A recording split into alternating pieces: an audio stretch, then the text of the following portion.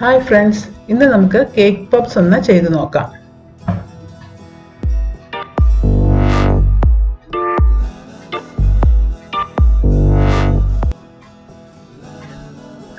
അതിനായിട്ട് ഞാനിവിടെ ആദ്യം നമുക്ക് ഗനാഷാണ് ഉണ്ടാക്കേണ്ടത്. അപ്പോൾ അതിന് വേണ്ടിയിട്ട് ഞാനിവിടെ ഡാർക്ക് കോമ്പൗണ്ടാണ് എടുത്തിരിക്കുന്നത്. അപ്പോൾ ഡാർക്ക് കോമ്പൗണ്ട് നമുക്ക് ആദ്യം ഒന്ന് കട്ട് ചെയ്തെടുക്കാം.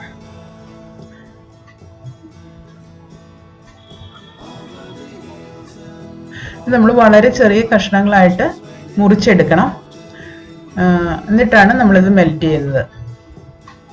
അപ്പോൾ നമുക്കിതിൻ്റെ ഒരു ബാർ നമ്മളെടുത്തു. അതിൽ നിന്ന് ഇതിലും വളരെ ചെറിയ പീസസ് ആയിട്ട് നമുക്കിത് മുറിച്ചെടുക്കണം. നമ്മളിത് മൈക്രോവേവ് ചെയ്താണ് മെൽറ്റ് ചെയ്യാൻ പോകുന്നത്. അപ്പോൾ വളരെ ചെറിയ പീസസ് ആയിട്ട് മുറിച്ചെടുക്കണം. ഇതുപോലെ ചെറിയ പീസസ് ആയിട്ട് മുറിച്ചത് ഞാനൊരു 1/2 കപ്പ് എടുക്കുന്നുണ്ട്. ഏകദേശം ആ ഒരു ബാർ മുഴുവൻ നമുക്ക് വേണ്ടി വരും.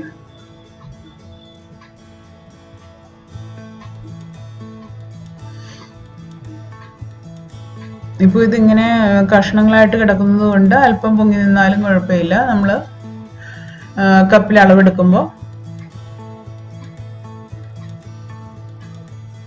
ഇപ്പോൾ 1/2 കപ്പ് നമ്മൾ എടുത്തിട്ടുണ്ട്. അത് ഞാനൊരു പാത്രത്തിലേക്ക് മാറ്റി. ഇനി നമുക്ക് ഒരു 1/2 കപ്പ് ഫ്രഷ് ക്രീമും കൂടി എടുക്കാം. ഞാൻ അമൂലിൻ്റെ ഫ്രഷ് ക്രീമാണ് നമ്മൾ ഉപയോഗിക്കുന്നത്.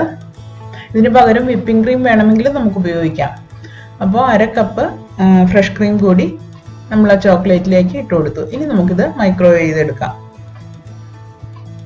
ഇപ്പോൾ നമ്മുടെ ഗനാഷ് ഇവിടെ റെഡി ആയിട്ടുണ്ട്.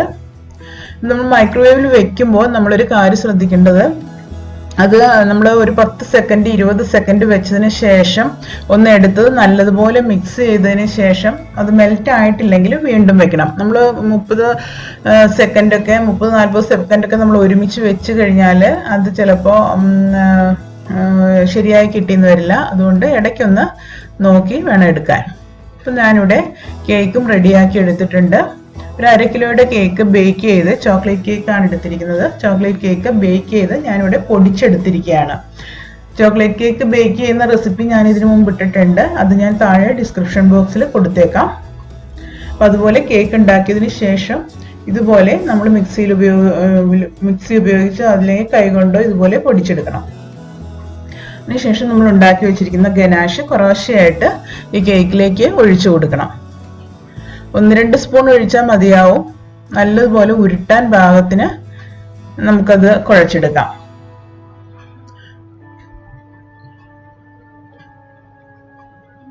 നമ്മളൊന്ന് ഉരുട്ടി നോക്കണം, ഇടയ്ക്കൊന്ന് ശരിയാകുന്നത് വരെ നമ്മളത് നല്ലതുപോലെ മിക്സ് ചെയ്ത് കുഴച്ചെടുക്കണം. ഗനാഷ് വളരെ കുറച്ച് മാത്രം ആഡ് ചെയ്ത് മിക്സ് ചെയ്യണം. കൂടുതലായാൽ ഉരുള ശരിക്കും കിട്ടില്ല നമുക്ക്. ഇതുപോലെ ഞാനൊരു സ്പൂൺ ഉപയോഗിച്ചാണ് ഉരുട്ടിയെടുക്കുന്നത്. ഇപ്പോൾ സ്പൂൺ ഉപയോഗിക്കുന്നത് എന്തിനാന്ന് വെച്ചാൽ നമുക്ക് എല്ലാ ബോൾസും നമുക്ക് ഏകദേശം ഒരേ അളവിൽ തന്നെ കിട്ടുന്നതിന് വേണ്ടിയിട്ടാണ് നമ്മൾ ഈ സ്പൂൺ ഉപയോഗിക്കുന്നത്. നമുക്ക് അറിയാമെങ്കിൽ നമ്മൾ വെറുതെ കൈകൊണ്ട് കുഴച്ചെടുത്താലും മതി. സ്പൂൺ വേണമെന്നൊന്നുമില്ല അതിന്.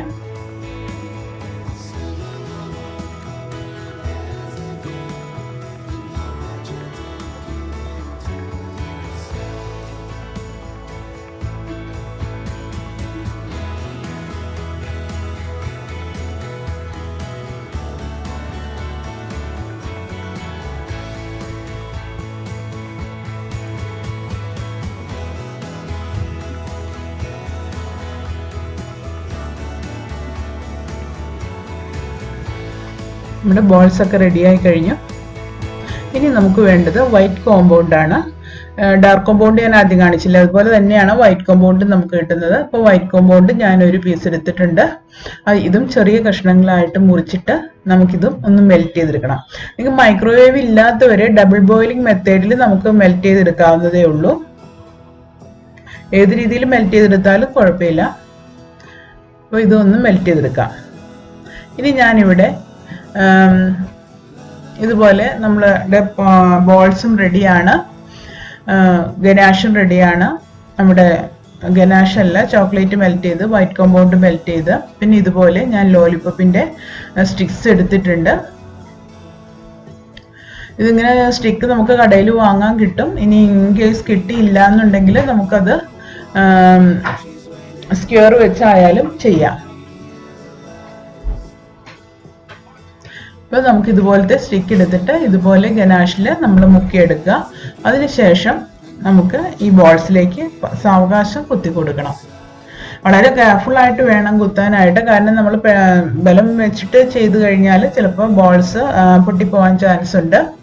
അപ്പോൾ വളരെ ശ്രദ്ധിച്ച് ഓരോന്നായിട്ട് നമുക്ക് കുത്തി കൊടുക്കാം.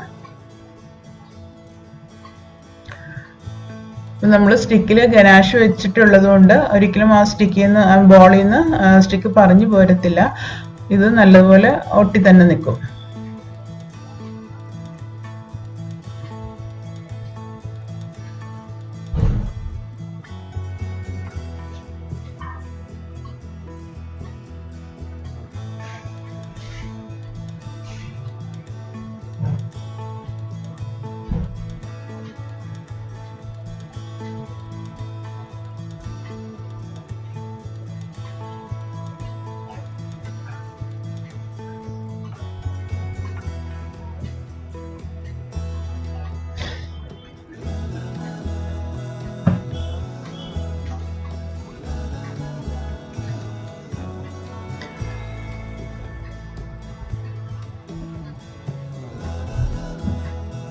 അപ്പോൾ നമ്മൾ എല്ലാത്തിലും സ്റ്റിക്ക് വെച്ച് കഴിഞ്ഞു. ഇനി നമുക്കൊരു 10 മിനിറ്റ് ഫ്രീസറിൽ വെക്കാം. ഇത് നല്ലതുപോലെ ഒന്ന് സെറ്റ് ആവണം. ഇതിപ്പോൾ നമ്മുടെ ഫ്രീസറിൽ വെച്ചതിന് ശേഷം പുറത്തെടുത്തിട്ടുണ്ട്. അപ്പോൾ ഞാനിവിടെ അല്പം പഞ്ചസാരയിൽ ബ്ലൂ കളർ കൂടി ആഡ് ചെയ്തത് ഞാൻ എടുത്തിട്ടുണ്ട്. അല്ലെങ്കിൽ ഇതിൽ വേണമെങ്കിൽ ഇതിന് പകരമായിട്ട് നിങ്ങൾക്ക് സ്പ്രിങ്കിൾസ് എന്തെങ്കിലും ഉണ്ടെങ്കിൽ കയ്യിലുണ്ടെങ്കിൽ അത് ഉപയോഗിക്കാം. ഇതുപോലെ ഞാൻ ഓരോ ബോൾസും എടുത്ത് ഇതുപോലെ നമുക്കൊന്ന് കോട്ട് ചെയ്തെടുക്കാം.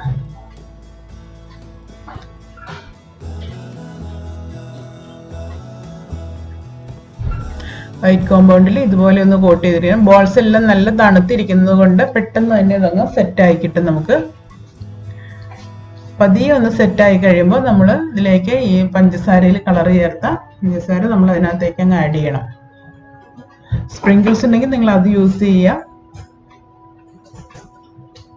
ചെറിയ ഷുഗർ ബീഡ്സോ എന്ത് വേണമെങ്കിലും നിങ്ങൾക്ക് ഇതിനകത്തേക്ക് യൂസ് ചെയ്യാം. പഞ്ചസാരയാകുമ്പോൾ നമുക്ക് എല്ലാവരുടെയും വീടുകളിൽ കാണുന്നതായതുകൊണ്ടാണ് ഞാൻ പഞ്ചസാര യൂസ് ചെയ്തത്. ഇതുപോലെ നമുക്ക് എല്ലാം ചെയ്തെടുക്കണം.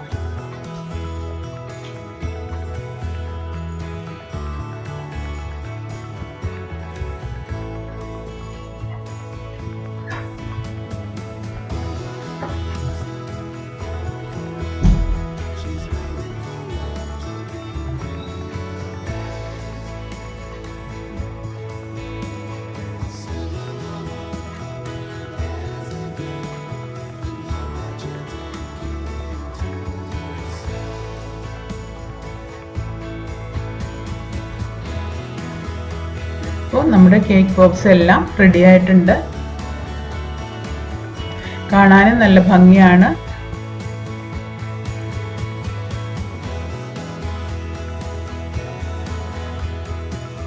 ഇതെല്ലാവരും നിങ്ങളൊന്ന് ചെയ്ത് നോക്കണം.